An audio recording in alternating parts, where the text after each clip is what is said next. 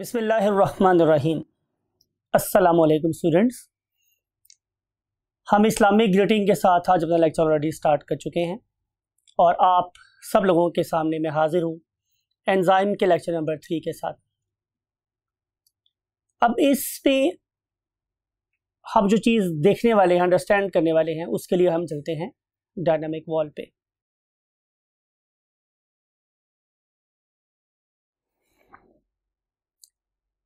आप लोगों के सामने ये एक इमेज है, एक रॉक क्लाइंबर है जिसे हम उर्दू में कोहपेमा कहते हैं।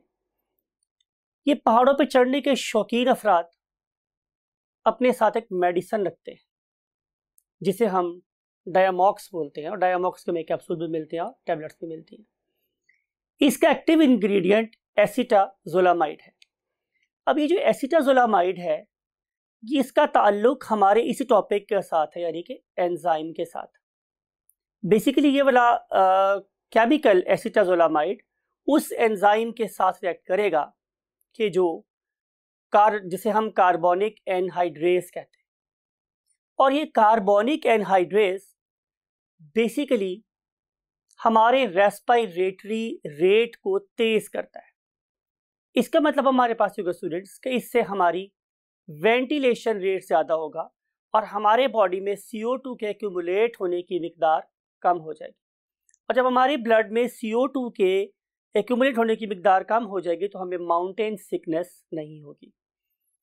तो ये मैंने एग्जांपल दी आप लोगों को एक ऐसे एंजाइम की जिसे हम एक इंडिविजुअल एंजाइम का नाम देते हैं, लेकिन हमारी बॉडी में सिर्फ इंडिविजुअल एंजाइम्स नहीं हैं। हमारी बॉडी में बहुत से ऐसे एंजाइम हैं जो किसी न किसी साइक्लिक प्रोसेस को कंट्रोल कर रहे हैं। आप ग्रेड 9-10 में पढ़ के आए हैं, आप लोगों ने पढ़ रखा है प्रोसेस ऑफ फोटोसिंथेसिस, और आप लोगों को याद है कि फोटोसिंथेसिस में 2 रिएक्शंस थे। उनमें से एक का नाम था लाइट रिएक्शन और एक का नाम था डार्क रिएक्शन। और डार्क रिएक्शन में आपने केल्विन साइकिल का नाम सुन रखा है। तो जो केल्विन साइकिल नेम इंडिकेट कर रहा है कि यहाँ पे एक कैस्केड ऑफ रिएक्शन है जहां पे हर एक प्रोडक्ट अगले स्टेप का रिएक्टेंट साबित होती है और उस स्टेप 2 का प्रोडक्ट स्टेप नंबर 3 का रिएक्टेंट साबित होती है। और इस तरीके से ये रिएक्शन चेन या जंजीर की तरह से, लड़ी की तरह से चलता रहता है, यहाँ तक कि इस रिएक्शन का आखिरी स्टेप अगले साइकिल का पहला स्टेप साबित होता है। इस किस्म की रिएक्शन को अंडरस्टैंड करने के लिए आप एक रेस को देख सकते हैं जिसे हम बोलते हैं relay race. You can see, यहाँ पे हम एक इमेज आपके लिए लगा के बैठे हुए जिसमें इंडिकेट कर रहा है कि एक एथलीट एक रॉड हैंड ओवर कर रहा है किसको, अगले एथलीट को। जब ये वाला रॉड अगले एथलीट को मिल जाएगा तो फिर वो भागना शुरू कर देगा। तो सेम इज द केस है हमारी रेस्पिरेशन में भी। आपने ग्लाइकोलाइसिस का नाम सुन रखा है, आप लोगों ने क्रेब्स साइकिल का नाम सुन रखा है, और इन सारे रिएक्शंस के दौरान में enzymes hand over products to the next step being its reactant, right students? ऐसे साइक्लिक रिएक्शंस है या इंडिविजुअल एंजाइम के रिएक्शंस है, नेचर ने उनकी रिएक्शन को कंट्रोल करने के लिए एक मैकेनिज्म डिजाइन किया है। उस मैकेनिज्म को हम बोलते हैं फीडबैक मैकेनिज्म। स्टूडेंट्स, बात को जरा गौर से सुनिएगा। अगर ए और बी, आपको नजर आ रहा है, अगर ए और बी आपस में मिल रहे हैं और उसके मिलने से एक प्रोडक्ट बना सी, और ये जो प्रोडक्ट है ये ए और बी को मिलने में मजीद सहूलत प्रोवाइड कर रहा हो, यानी कि रिएक्शन को और तेज कर रहा हो, तो हम इसे बोलते हैं कि ये एंजाइम पॉजिटिव फीडबैक से रिएक्शन को कंट्रोल कर रहा है। अब पॉजिटिव फीडबैक को हम कैसे पहचानेंगे? बड़ा सिंपल है, बहुत सिंपल है कि increasing concentration of the product is further increasing the rate of reaction। अगर ऐसा है तो इसे बोलते हैं कि ये पॉजिटिव फीडबैक के through controlled enzymatic catalysis. On the other hand मेरे पास फीडबैक की एक दूसरी एग्जांपल भी है, उसे हम बोलते हैं नेगेटिव फीडबैक। अब नेगेटिव फीडबैक में स्टूडेंट्स क्या होगा कि अगर ए और बी आपस में मिले और उससे एक प्रोडक्ट बन गया मेरे पास डी, अब ये सी नहीं है, ये कोई और प्रोडक्ट है डी। अब हो क्या रहा है कि ये वाला प्रोडक्ट डी ए और बी को रिएक्ट करने से रोक रहा है, यानी कि जू कॉन्सेंट्रेशन ऑफ डी इंक्रीज होगी, हमारे ए और बी के रिएक्ट करने की सलाहियत भी कम हो जाएगी। इट मीन्स कि increase concentration of product is reducing the rate of reaction, उसको कम कर रही है। अगर ऐसा हुआ तो हम इसे क्या नाम देंगे? Negative feedback. इन सब चीज़ों की एप्लीकेशन और इनका रोल अपनी लाइफ में आप सोचिएगा, देखिएगा कहाँ कहाँ है। मिसाल के तौर पे कि अगर आपकी बॉडी में हीट ज़्यादा प्रोड्यूस हो रही हो तो हमारी बॉडी में रेस्पिरेशन रेट स्लो हो जाता है, इसका मतलब ये नेगेटिव फीडबैक है। और अब हम चलते हैं व्हाइट बोर्ड पर टू कंटिन्यू आवर लेक्चर। जी students, we have already done what the introduction, और इस पर्टिकुलर इंट्रोडक्शन में हम लोगों ने जिस बात पे फोकस किया वो ये बात थी, यानी कि हमारे पास किस किस किस्म के एंजाइम्स हो सकते हैं। उन एंजाइम्स में कुछ एंजाइम्स थे वो इंडिविजुअल लेवल पे काम कर रहे थे, और कुछ ऐसे एंजाइम थे जो कि साइक्लिक लेवल पर काम कर रहे थे। हम इसकी अब एक और लेवल से ग्रुपिंग स्टडी करते हैं, और वो क्या है स्टूडेंट्स? लुक एट दिस, इसमें स्टार लगा रहा हूं आप लोगों के लिए। That is the group based enzymes. Group based enzyme से मुराद मेरे पास ये है स्टूडेंट्स कि बहुत से ऐसे एंजाइम्स हैं कि जो किसी स्पेसिफिक ग्रुप ऑफ सबस्ट्रेट के साथ ही रिएक्ट करते हैं। फॉर एग्जांपल, जितने भी एमाइलेजेस हैं, ये सिर्फ और सिर्फ कार्बोहाइड्रेट के साथ रिएक्ट करते हैं, राइट? और जितने भी प्रोटीएजेस हैं, ये सिर्फ और सिर्फ प्रोटीन्स की कैटालिसिस करते हैं, मींस प्रोटीन के रिएक्शंस में इन्वॉल्व होंगे। और इसके बाद आ जाते हैं हमारे पास व्हाट? लाइपेजेस। नाम इंडिकेट कर रहा है स्टूडेंट्स कि ये लिपिड्स की कैटालिसिस में इन्वॉल्व होंगे। Can you name any other group of substrates? तो you may answer for example nucleic acids.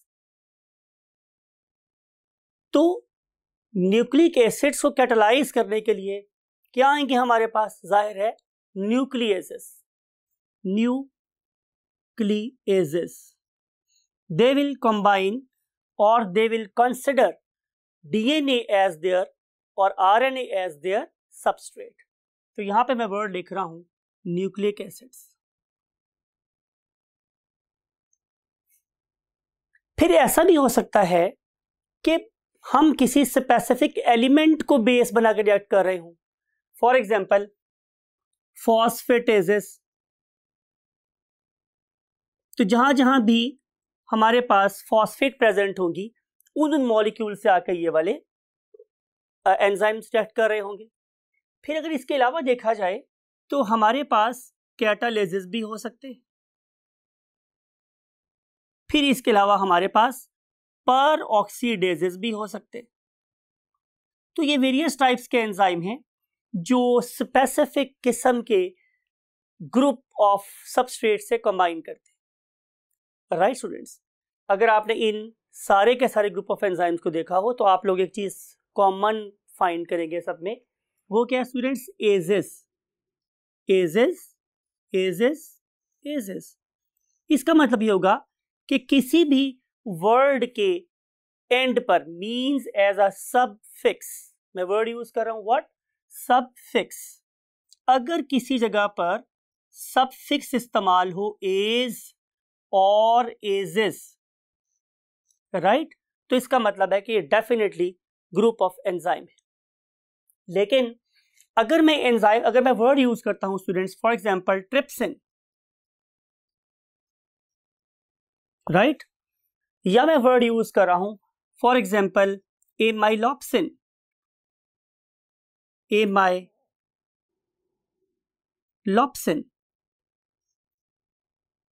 Right, तो ये भी ऐसे एंजाइम है जो कार्बोहाइड्रेट पे एक्ट कर रहे हैं। तो फिर एमाइलेजेस और इनमें क्या फर्क है? तो आंसर इज कि ये इंडिविजुअल एंजाइम्स हैं, मींस ट्रिप्सिन और एमाइलॉप्सिन इंडिविजुअल एंजाइम्स। और जहां के भी वर्ड एज आता है इसका मतलब है हम ग्रुप ऑफ एंजाइम्स की बात करें। इसकी मिसाल लेने के लिए हम फॉर एग्जांपल अपने एक मायनास कैरेक्टर की एग्जांपल लेते हैं, शाहिद खान अफरीदी।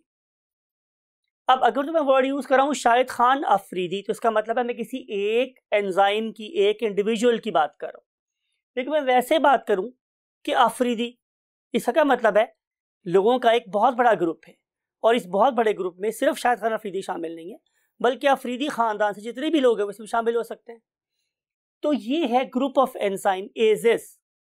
और अगर किसी एंजाइम के नाम के एंड पर SIN और इन आ जाए, इसका मतलब है कि ये इंडिविजुअल एंजाइम है।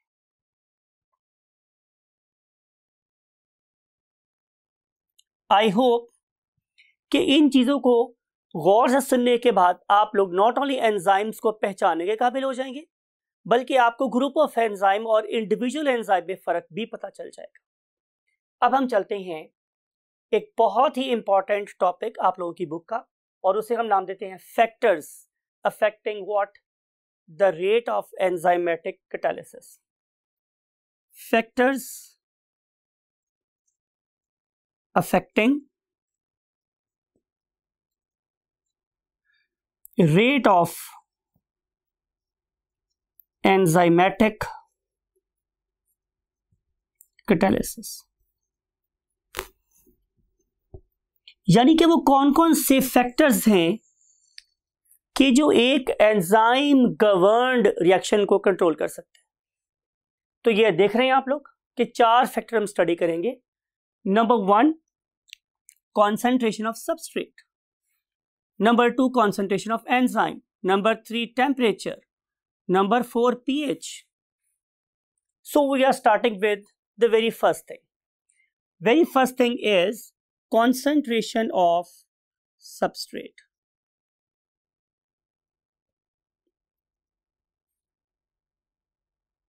Concentration पूरा वर्ड है, और आपने देखा कि मैंने यहां पर भी CONC के बाद एक डॉट लगाया हुआ, यू कैन सी, और यहां पे भी एक डॉट लगा हुआ, जैसे मैं डेलिबरेटली ब्लैक प्रोमिनेंट करने के लिए लगाया है मैंने आप लोगों के लिए, कि CONC is abbreviation of concentration. So concentration of substrate से मुराद ये कि कितनी मिकदार है मेरे पास सबस्ट्रेट की। तो इसको हम एक ग्राफ से समझते हैं। वह तो ग्राफ हमने आप लोगों के लिए ड्रॉ भी करवाया हुआ है, लेकिन फिर भी आपको बताना आना चाहिए इस पर्पज के लिए से कि मैं इसे लिख रहा हूं in terms of what? Grams और मिलीग्राम्स। कॉन्सेंट्रेशन है मेरे पास मिलीग्राम्स फॉर एग्जाम्पल पर लीटर। तो यहां पे मैंने कॉन्सेंट्रेशन रखी हुई है 10, यहां पे रखी है 20, यहां पे रखी है 30, यहां पे रखी है 40, यहां पे रखी है 50 से 60 and then 70। you know along the x-axis concentration of the substrate is increasing। ठीक है स्टूडेंट्स, और इस तरफ मैंने किसको प्लेस कर दिया है? रेट ऑफ एंजाइम रिएक्शन को, rate of enzymatic catalysis.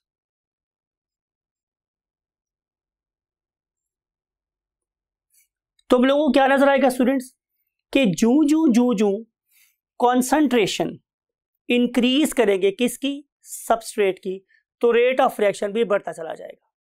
For example आप लोगों ने केमिस्ट्री में, फिजिक्स में, मैथमेटिक्स में ये सारी बातें सीख रखी हैं कि अगर हमारे पास इस तरह का ग्राफ बन रहा है जो कि इन दो एक्सिस को बिल्कुल दरमियान से बाइसेक्ट कर रहा है, तो ये इंडिकेट करेगा एक linear relation between these two factors, कि अगर मेरे पास कॉन्सेंट्रेशन 10 थी तो रेट हो गया फॉर एग्जाम्पल इतना, और अगर कॉन्सेंट्रेशन मेरे पास 20 हुई तो रेट हो गया इतना, और जब कॉन्सेंट्रेशन 30 हुई तो रेट हो गया फॉर एग्जाम्पल इतना। तो जब जब कॉन्सेंट्रेशन इंक्रीज हो रही है, रेट ऑफ रिएक्शन भी बढ़ता चला जा रहा है। That is indicated by this arrow. Arrow लगाना मत भूलिएगा मेरी तरह से आप लोग स्टूडेंट्स, एरो इज मस्ट। हम इसमें बता रहे हैं कि कॉन्सेंट्रेशन इस तरफ इंक्रीज हो रही है और रेट इस तरफ इंक्रीज हो रहा है, लेकिन अगली बात इंपॉर्टेंट है स्टूडेंट्स कि एक टाइम आया कि जब मैंने कॉन्सेंट्रेशन फॉर एग्जांपल किसी खास लिमिट के बाद जब इंक्रीज की, से कि वो ये थी हमारे पास दिस वन, इसके बाद मैंने कॉन्सेंट्रेशन 50 कर दी, मैंने कॉन्सेंट्रेशन 60 कर दी, 70 कर दी, यानी कि I am increasing concentration of what substrate continuously but there is no increase in the rate of reaction, यानी कि इस पर्टिकुलर लेवल पर भी रेट यही रहा, इस पर्टिकुलर कॉन्सेंट्रेशन के ऊपर भी रेट क्या हुआ स्टूडेंट्स, यही रहा, और इस कॉन्सेंट्रेशन पर भी रेट क्या हुआ, यही रहा। इसका मतलब है कि इस खास कॉन्सेंट्रेशन से आगे मुझे सबस्ट्रेट की कॉन्सेंट्रेशन इंक्रीज करने का कोई फायदा नहीं हुआ। सवाल यह है कि ऐसा क्यों है। आंसर लाइक करता है आपके प्रीवियस लेक्चर पे। आपको याद होगा हमने ये बात कही थी कि जब मेरे पास एंजाइम किसी सबस्ट्रेट से मिलता है तो स्टूडेंट्स क्या बन जाता है, आपको वेरी गुड, आपने बिल्कुल सही कहा है, एंजाइम सबस्ट्रेट कॉम्प्लेक्स बन जाता है, राइट। अब यहाँ पे इस पर्टिकुलर पॉइंट पे आपको क्रिटिकली सोचने की जरूरत है कि इस पर्टिकुलर पॉइंट से आगे क्यों सबस्ट्रेट इंक्रीज करने से रिएक्शन नहीं बढ़ रहा। तो आंसर ये है कि जितनी भी मेरे पास एक्टिव साइट्स थी वो सारी की सारी कंज्यूम हो गई। Now no more enzyme is present.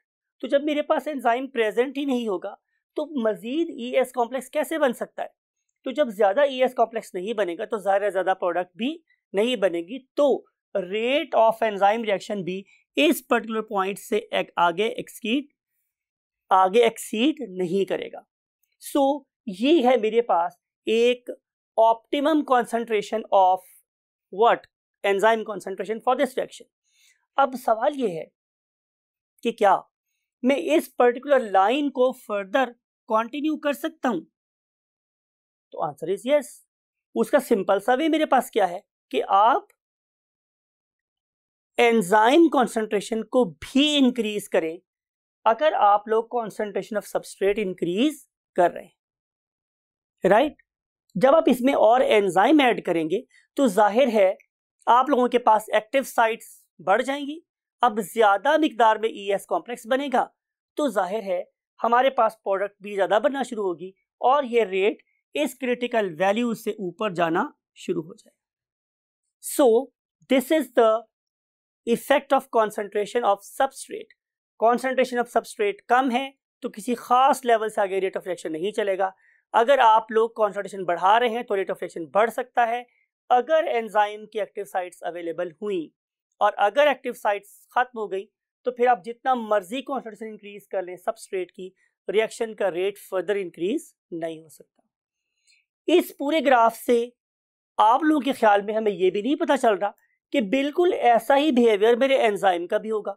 Reason is कि एंजाइम का बिहेवियर और इसका बिहेवियर आपस में ओवरलैप कर रहे हैं। उस वाले केस में भी अगर एंजाइम की कॉन्सेंट्रेशन, फॉर एग्जांपल मैं यूं करता हूं कि मैं यहां पे instead of writing what concentration of substrate, मैं यहां पे लिख दूं concentration of enzyme.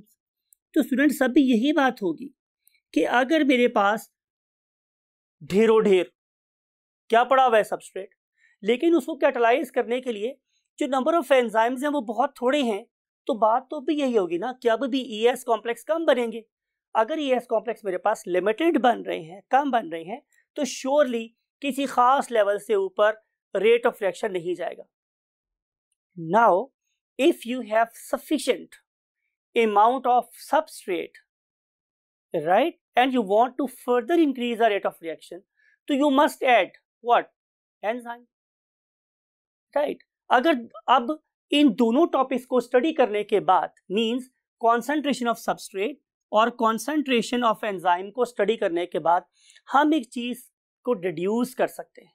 To have maximum rate of reaction we must provide optimum concentration of substrate and optimum concentration of what, enzyme।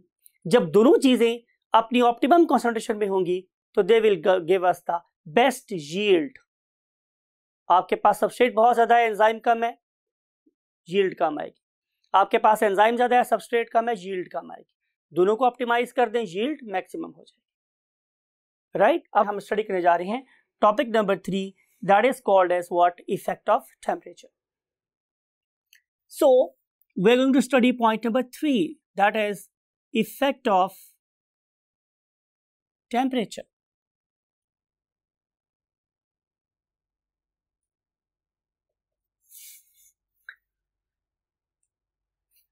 इसको अंडरस्टैंड करना भी बहुत आसान है, लेकिन इस पर्पस के लिए भी मुझे आप लोगों के साथ बनाना है क्या, एक ग्राफ।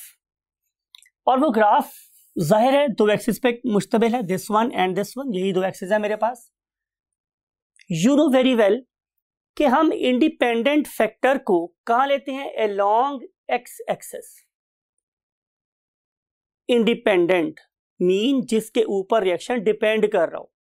तो इस वाले केस में टेम्परेचर पे डिपेंड कर रहा है रेट ऑफ रिएक्शन, लिहाजा मैं टेम्परेचर को लूंगा along X axis, along X axis, right students. फिर मैं रेट ऑफ रिएक्शन को लूंगा किसके along, along Y axis, because temperature पे डिपेंड कर रहा है रेट ऑफ रिएक्शन। अगर मेरे पास टेम्परेचर कम है तो रेट ऑफ रिएक्शन कम होगा, और अगर टेम्परेचर ज्यादा हुआ तो रेट ऑफ रिएक्शन ज्यादा हो जाएगा। इसका मतलब है कि आइडियली स्पीकिंग इस वाले केस में भी मेरे पास ग्राफ कुछ इस तरह का ही बनना चाहिए, बिकॉज कि by increasing factor along X axis, factor along Y axis will also increase, दोनों बढ़ जाएंगे। तो जब दोनों बढ़ रहे हों तो हम उसे बोलते हैं कि there is a directly proportional relation between the what, independent factor and dependent factor. इसको अंडरस्टैंड करने के लिए हम क्या कर रहे हैं, यहां पे लिख रहे हैं 0 डिग्री सेल्सियस टेम्परेचर, और यहां मैं लिख दिया है students 10 degree Celsius temperature, then 20, then for example 30, then 40, then for example 50, and then 60 for example. So this is temperature in degree Celsius. इस चीज को हम बोलते हैं fields of the graph.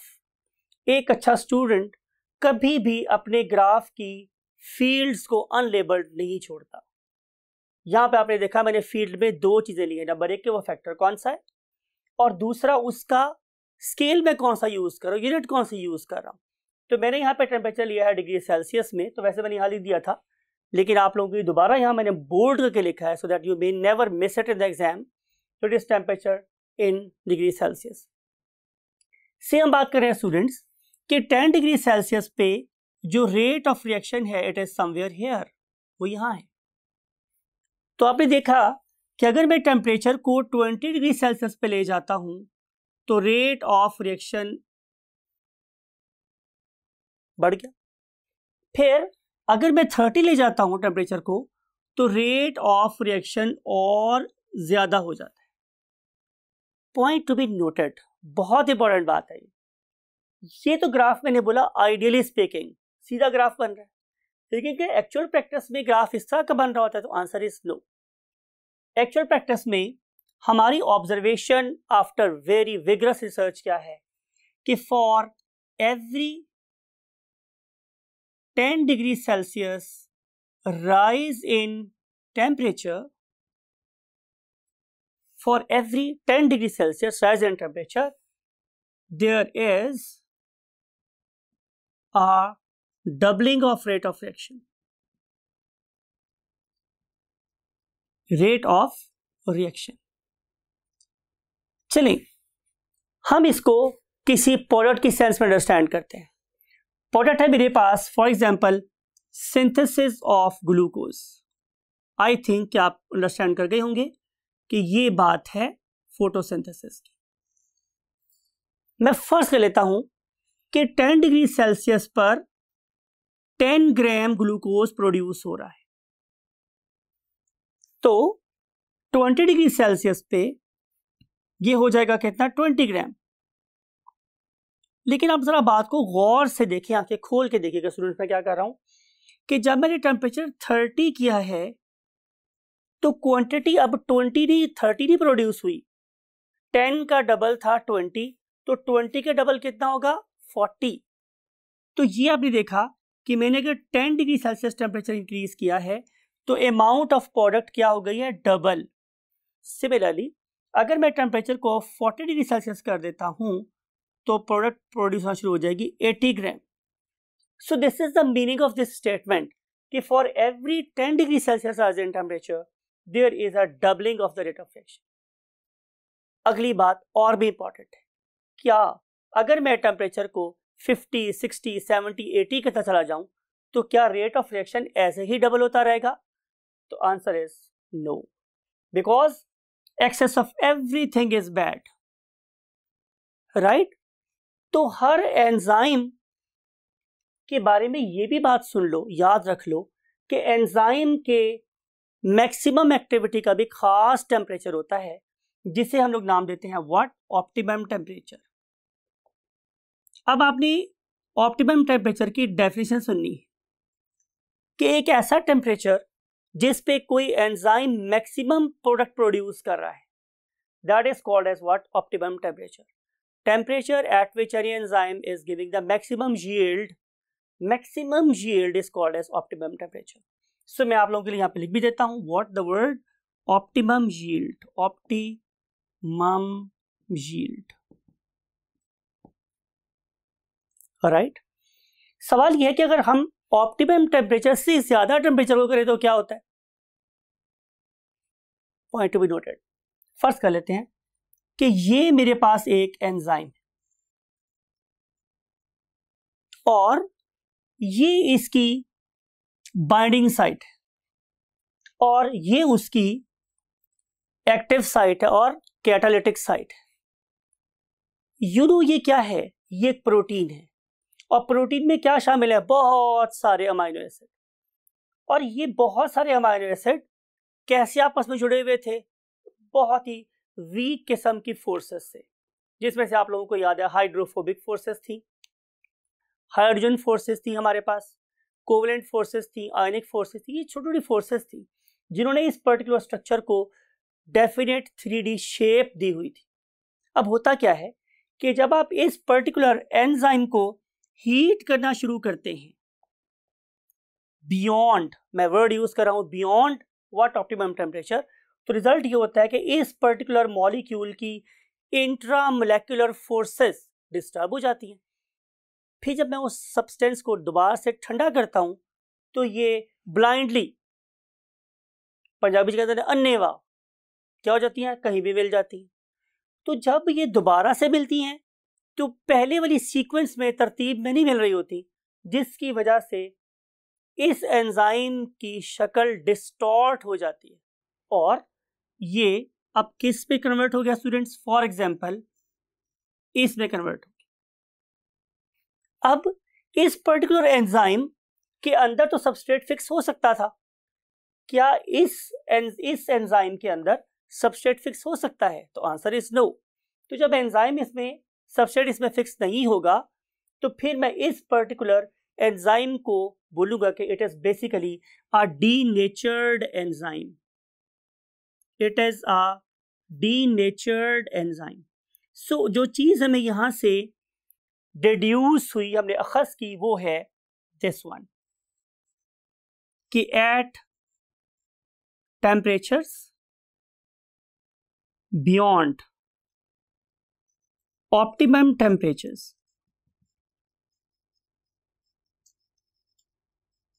for example 60 degrees Celsius, enzymes lose their 3D structure, three-dimensional structure, hence called as denatured enzymes.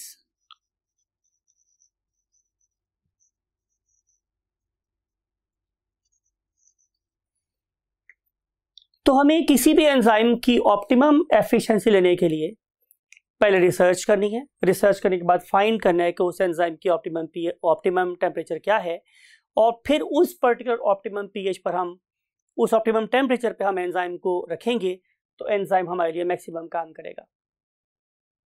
इसी एक बड़ी important application हमें नजर आती है चाइल्ड स्पेशलिस्ट के पास। आज हमारा जो प्रिमिटिव कॉन्सेप्ट था कि बच्चे को अगर बुखार है तो उसे कभी नहीं नहलाना चाहिए, वो हम उसको शेक कर चुके हैं, छोड़ चुके हैं उस कॉन्सेप्ट को। और आज हम ये कहते हैं अगर बच्चे का टेम्परेचर ज़्यादा हो रहा है तो आप उसे कपड़े उतार दें, आप उसे नॉर्मल पानी की पट्टियाँ करें ताकि उसकी बॉडी में जो एक्सेसिव हीट है वो इवेपोरेट हो और उसकी बॉडी का अपना एंजाइम सिस्टम डीनेचर ना हो, राइट। अगर बच्चे का टेम्परेचर बहुत ज़्यादा देर तक नॉर्मल से ज़्यादा रहे तो बच्चे के अपने एंजाइम्स ख़राब होना शुरू हो जाते हैं। तो ये एक एप्लीकेशन है इस स्टडी की जो हमें नॉर्मल लाइफ में नज़र आती है। So let's move to the last point, और वो जो मेरे पास लास्ट पॉइंट है वो क्या है, effect of pH. So we want to discuss the last topic that is called as effect of pH. पहली बात कि देखें, मैंने स्मॉल पी यूज किया और capital H. It is basically the power of hydrogen ions. P stands for the power and H stands for the protons, number of H ions, right? तो जितनी आप लोगों के पास नंबर ऑफ H ions ज़्यादा होंगे उतना वो सोल्यूशन एसिडिक होगा, और जितने कम होंगे वो बेसिक होगा। इसका मतलब ये हुआ कि जब मैं pH की बात कर रहा हूँ तो ये basically it is a measure of acidity और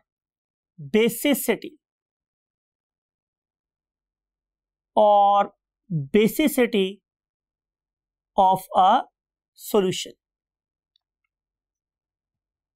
राइट। अब हर एंजाइम एक खास पीएच पे काम करता है। ये भी पॉइंट आपने याद रखना है कि every enzyme has an optimum pH to give maximum yield।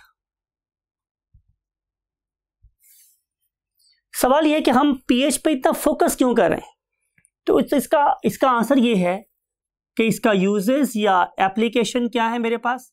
तो आंसर ये है स्टूडेंट्स कि हमें या तो रिएक्शन के लिए चाहिए होते हैं H आयंस, वो आपको एक एसिडिक एनवायरनमेंट प्रोवाइड करेगा, या फिर आप लोगों को चाहिए होते हैं फॉर एग्जांपल OH आयंस, वो आप लोगों को ये प्रोवाइड करेगा, या फिर ये दोनों चीज़ें कहीं ना कहीं एज ए एक्टिवेटर काम कर रही होंगी।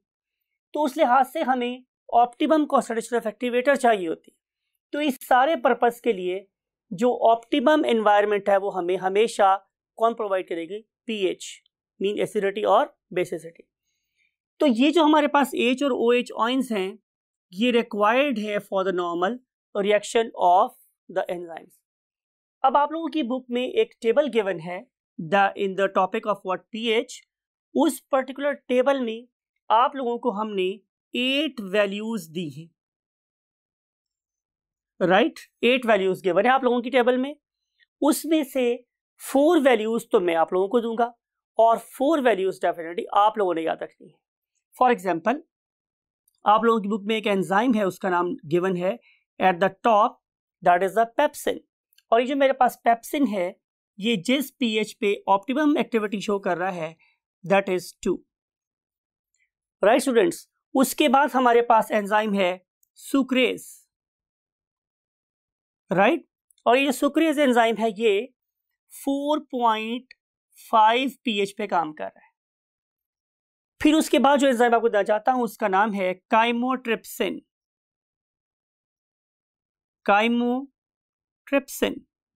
आपको नजर आ रहा होगा स्टूडेंट्स कि ये एक इंडिविजुअल एंजाइम है जो बिल्कुल 7 पीएच पे काम कर रहा है। और इसके बाद जो लास्ट एंजाइम है that is pancreatic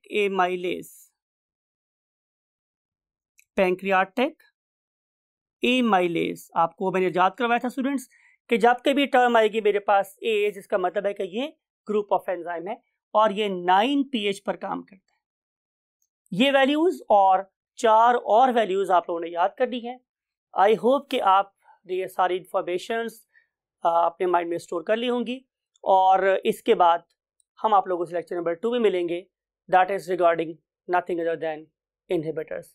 take very good care of yourself. Bye bye, अल्लाह हाफिज़।